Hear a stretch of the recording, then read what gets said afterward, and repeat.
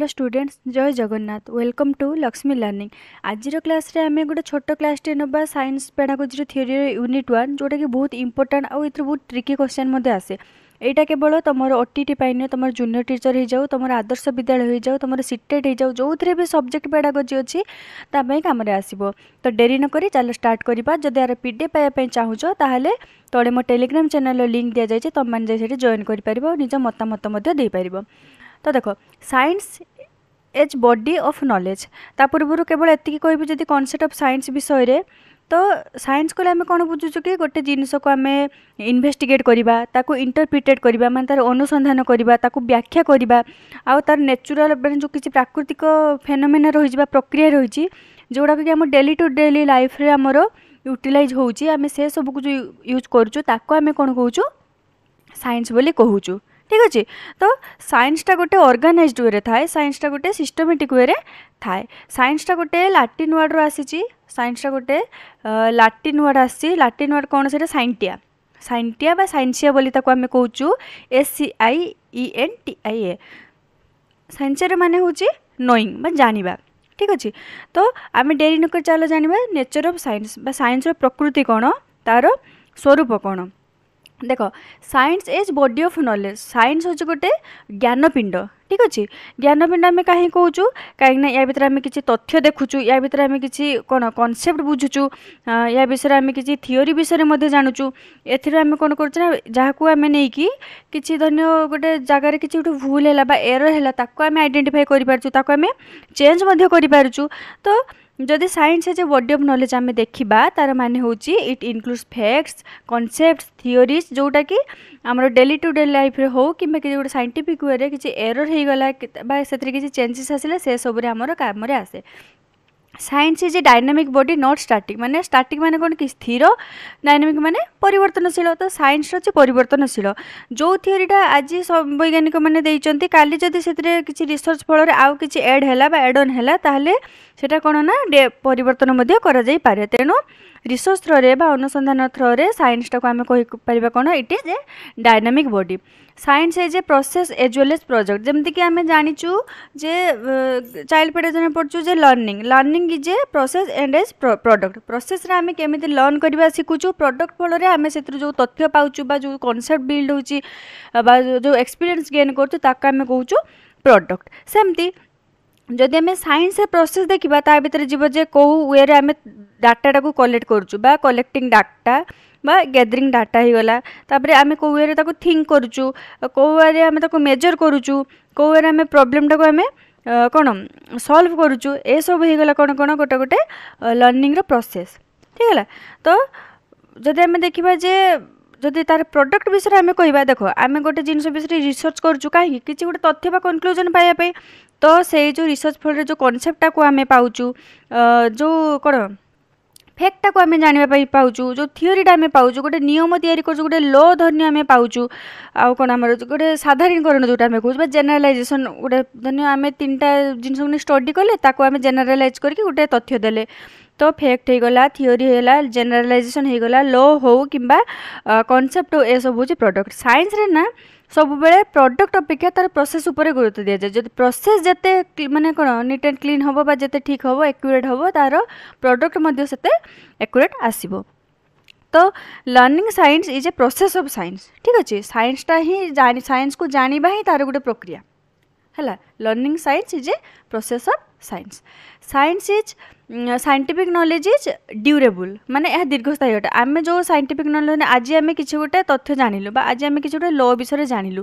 ठीक अच्छे। तो सहीटा आमर लाइफ टाइम से दीर्घस्थायी ना सेटा को आम कौन कहूँ आज जोटा जानिलु किसी दिन पर ताको आम यूटिलाइज करूँ आम ताको कौन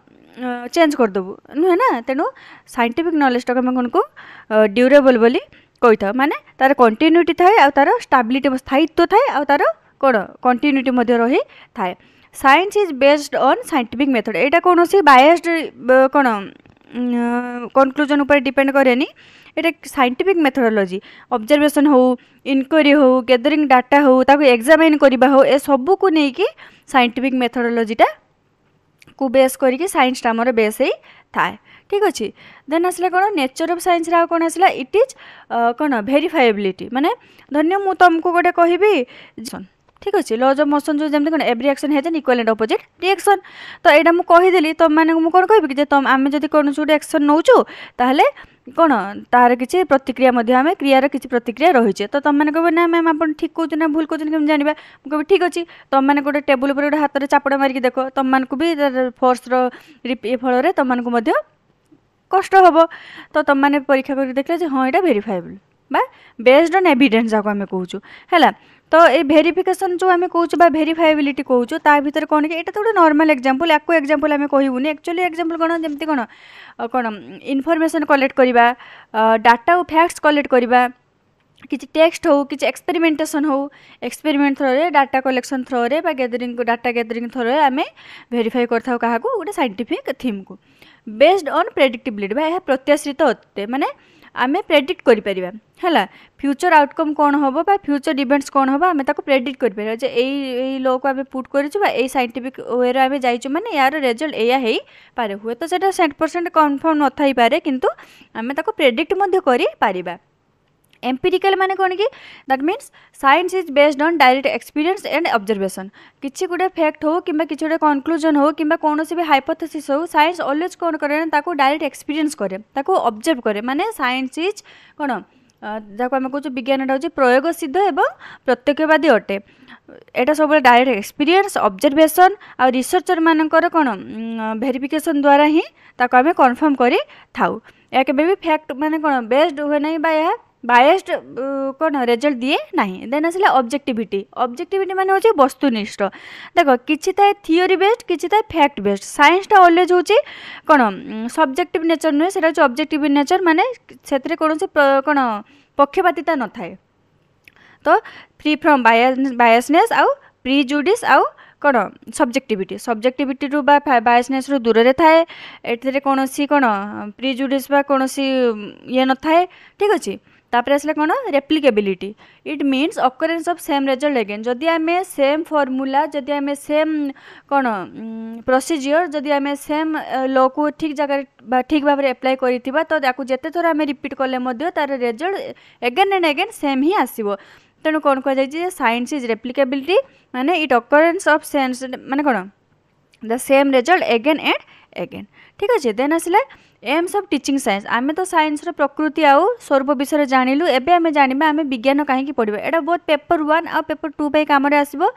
देख विज्ञान को आम एइथपय जानि थाउ जे to provide knowledge of the fact principle concept and law of science विज्ञान को जड़ित करके जे कोनोसी सिद्धांत हो जेकोसी तार नियम हो जेकोसी तार धारणा हो आ तार सत्यासत्य विषय हो से विषय ज्ञान देवाई ही आम साइंस पढ़ी था कहीं विज्ञान विज्ञान आम दैनंदिन जीवन में हो कि आमर लॉजिकल रीजनिंग एनहांस कर हो तार बहुत अवदान रही तेणु जदि आम तार रूल्स हो तार रेगुलेशंस हो तार लॉज हो तार फैक्ट हो तार प्रिंसिपल हो तार कॉन्सेप्ट हो ए सब जदि आम कौन ता विषय आम धारणा रही ताहले साइंस विषय आमर पढ़ाई आग्रह आसब ना क्रिएट साइंटिफिक टेम्पर बा विज्ञान भित्तिक मिजाज तैयारी करवा ठीक अच्छे साइंटिफिक कौन टेम्पर माने गोटे साइंस को पढ़ाई आम आगे पिलार मन में क्यूरियोसिटी तैयारी करवा धरी आम कहूँ जे तुम मैंने देखीच तुम मैंने ट्रेन में गला बेले तुम मानक लगे ट्रेन स्थिर अच्छे पाखे गछ गुड़िक चलुची पिला मैंने कहे हाँ मैम आम देखीचु तुम मैंने देखीच सूर्य जिते बड़े अस्त हुए से जह्न उदय हुए हाँ मैम आम देखीचु तापर आम बुझेगा एक्चुअली सूर्य प्रतिफलन किरण रे ही जह्नटा राति चंद्र किरणटा देखा जाए से प्रकृत कौन आलोक नुहे ठीक अच्छे तो एमती आम कि साइंटिफिक क्यूरियोसिटी पिला मध्य क्रिएट करवा तापर जाकि आम कौन ता विषय ज्ञान देवा तापर आसला वैज्ञानिक मनोभाव बा साइंटिफिक इनक्वारी प्रत्येक जिनस पछरे कौन ना कौन साइंटिफिक रीजन थाए ताहाको आमे भल भाव में जाचु तेणु पिला मन में जो साइंटिफिक इनक्वारी हो बा developing the scientific skill A विषय माने कौन पिलार मनोभाव सृष्टि करने साइंस पढ़ा जरूरी अटे टू थिंक एनालिटिकली प्रत्येक जिनस को एनालिसिस करवा माने गोटे ह्यूज होल को आम चंक्स रे कौन डिवाइड करवा ठीक अच्छे जहाँफल कि कौन हम ना पिलार जो तार कौन power of thinking power of reasoning है ए सब तार बढ़ तेणु साइंटिफिक आटिट्यूड जो आम कौच है तो कौन जिनस को आनालिटिकाली थिंक करवा क्रिटिकाली थिंक करवा क्रिएटिविटी रहिबो कौन से गोटे प्रॉब्लम को सॉल्व करने से क्रिएटिवनेस आसीबो आउ कौन जे कौन तर्क वितर्क बा आर्ग्युमेंट हो ताको जज करवा decision making scientific and other countries ए सब संदर्भ में साइंस रो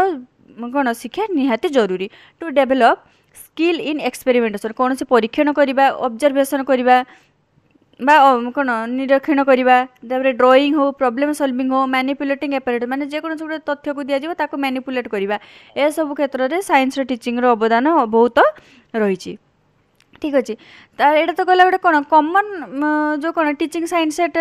माने टीचिंग रो साइंस रो जो टीचिंग आमर रही तार कि गोटे कमन कौन लक्ष्य गला देन आसला जमी प्राइमेरी रे अलग अपर प्राइमेरी रे अलग दुईटा मिसिगले एलिमेंटारी लेवल अलग प्राइमेरीटा कहले आम 1 ରୁ 5 क्लास पर्यंत बुझुचु सेठी तांकर कौन साइंटिफिक कौन प्राइमेरी लेवल रे साइंस रो कौन स्पेसिफिक इंडिविजुअल बुक ही नए सेठी कौन एनवायरमेंटल साइंस बुक है तो से कौन कराए पिला मध्य आगे एराइज कर किसी इंटरेस्ट प्राथमिक देख आम अपर प्राइमेरी पढ़ुचु देन अपर प्राइमेरी आसला बेलू पिला ऑलरेडी प्राइमेरी क्लास रू मन में साइंस प्रति इंटरेस्ट आसी जाइए नेचर प्रति कौन आग्रह बढ़ी फिजिकल सोशल एनवायरमेंट प्रति लव बढ़ी नेचर प्रति कौन एफेक्शन थी है मध्य प्रकृति को कौन ऑब्जर्वेशन कर पावर थी है तो किसी फिजिकल साइंस हो फिजिकल एनवायरमेंट सोशल एनवायरमेंट भितर किसी डिस्टिंग्विश करें भितर किसी रेजल्ट से माने देखी पारे ए सब नॉलेज माने कौन ए सब कैपेसिटी से पाखे ऑलरेडी थी गोटे सिस्टमेटिक वे बिहेव करवा तापरे कौन साइंस रो कौन इम्पोर्टेंस आम लाइफ रे कौन रही है सब धीरे धीरे आसी जाए थाए देन जो से अपर प्राइमरी लेवल को आसी था से आम कौन करूना से जो तांकर जहाँ भी कौन से प्राइमरी लेवल शिखी आसता आम फर्निश करूँ आम कौन आ डेभलप करूँ जमती कि डे टू डे लाइफ रे साइंस रो भूमिका कौन देख मोबाइल ठू आरंभ करी हो एसी ठू आरंभ करी हो टीवी ठू आरंभ करी हो इंडक्शन चूल्हा ठू आरंभ करी हो गैस ठू आरंभ करी हो मोटर ठू आरंभ करी हो गाड़ी बाइक आउ कौन आमर जो इंडक्शन रहा वाशिंग मशीन टीवी फ्रिज ए सबू प्रति साइंस रो अवदान रही ठीक अच्छे जमीक मोबाइल होगा मोबाइल कौन करे कि ध्वनिटा को ध्वनि तरंग को शब्द रे कन्वर्ट करे शब्दटा को ध्वनि रे कन्वर्ट करे तापर आसला कौन कि जुक्तियुक्त चिंतन आम कहूँ कौन कि पिला को जे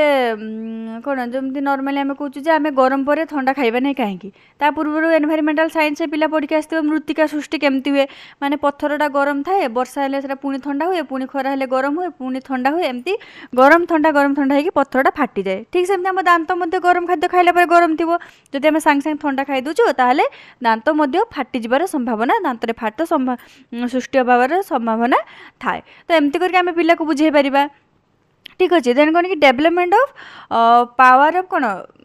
हैबिट ऑफ ऑब्जर्वेशन करवा exploration classification systematic way of thinking जे कौन से जिनिस को क्लासिफाई करवा ता विषय किसी आम अधिक जानिबा प्रत्येक जिनिस पछरे कौन कारण रही से सब जानिबा जो दक्षता रहा दरकार पर्यवेक्षण अन्वेषण वर्गीकरण बा प्रणालीगत चिंतन विकास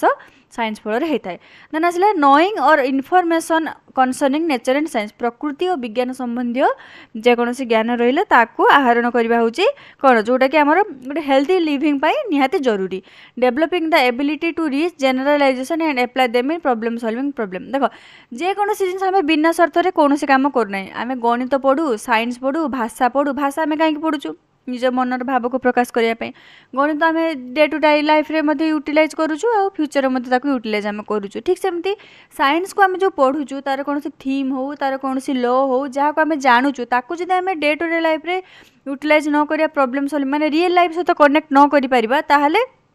तार कौन से मूल्य रही तेणु देख ये आउ गोटे कथा तुम कहूँ जे साइंस जो पद्धति गोटे साइंस प्रॉब्लम सॉल्विंग माने कौन प्रोसेस थाए क्या कौन तुमको धन्य गोटे प्रॉब्लम दिगला है क्वेश्चन आस गोटे मिनिट एग्जाम रे धन्य क्वेश्चन देथिबो जे तुम गोटे प्रॉब्लम दिया जाइछि साइंस प्रॉब्लम सॉल्विंग रो फिफ्थ स्टेपटा कौन तुम मैंने केमती जानिबो प्रथमे कौन कि प्रथमे आसला प्रथमे आम ऑब्जर्व करिया समस्या को आम फिल करवा उपलब्धि करवा तापरे ताकू जेनरालाइज करवा बा ताकू